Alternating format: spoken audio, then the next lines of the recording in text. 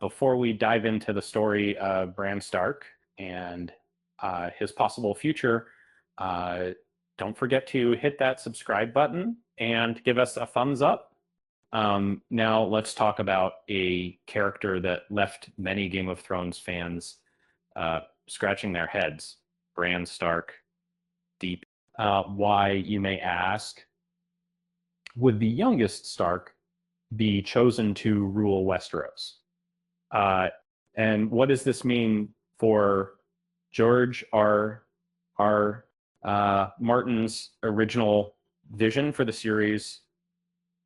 And if you're familiar with the show's season 8 finale, you know that Bran ends up as King of Westeros.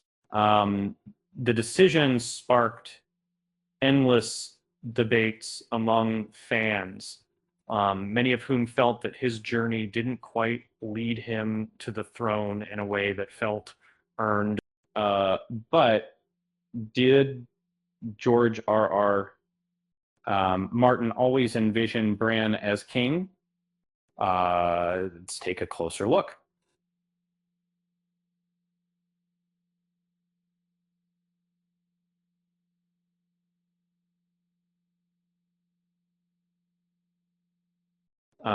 In the books, Bran's journey is a little different from what we saw on screen. Um, the last time readers encounter him is in A Dance with Dragons, where he's deep into his training with the three-eyed raven. And since then, we haven't seen much of Bran in The Winds of Winter, but Martin has teased that he will return, though his storyline might not follow the same path as the TV series. One key difference between the show and the books is the Night King.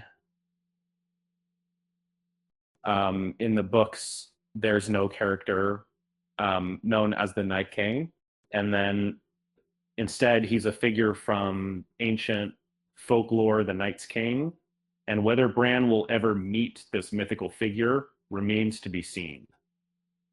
As the show was crafted with the input of the showrunners, many of the details from the books were altered, leaving us in suspense about how Martin will handle Bran's future. I think Isaac Hempstead Wright, who portrayed Bran on the show, once shared that Martin had two big ideas for Bran's arc: the revelation of Hodor's backstory and Bran's eventual rise to the throne. While it's clear Martin has had these plans for some time, the execution of this royal plot is still shrouded in mystery.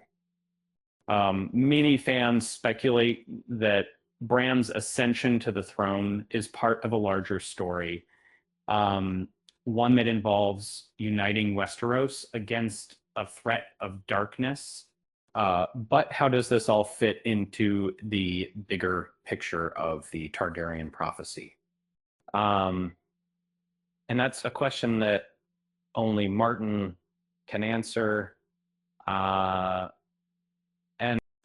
Bran's development as a leader hasn't been fully explored in the books, but there are hints at what's to come. He trains under Bloodraven, a figure from Westeros's past who was both a Targaryen loyalist and a pivotal player during the Blackfire rebellions, and Bloodraven's mentorship could shape Bran into the king he's destined to become. But there's still much to discover about how this dynamic will play out.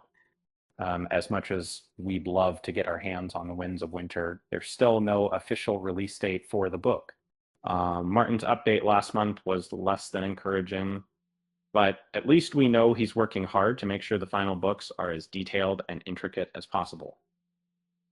We can only hope that Bran's journey to the throne doesn't feel rushed, as his eventual rule is such a crucial part of the story.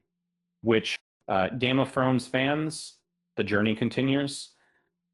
But for now, all we can do is wait and speculate. With that said, thanks for watching, and until next time.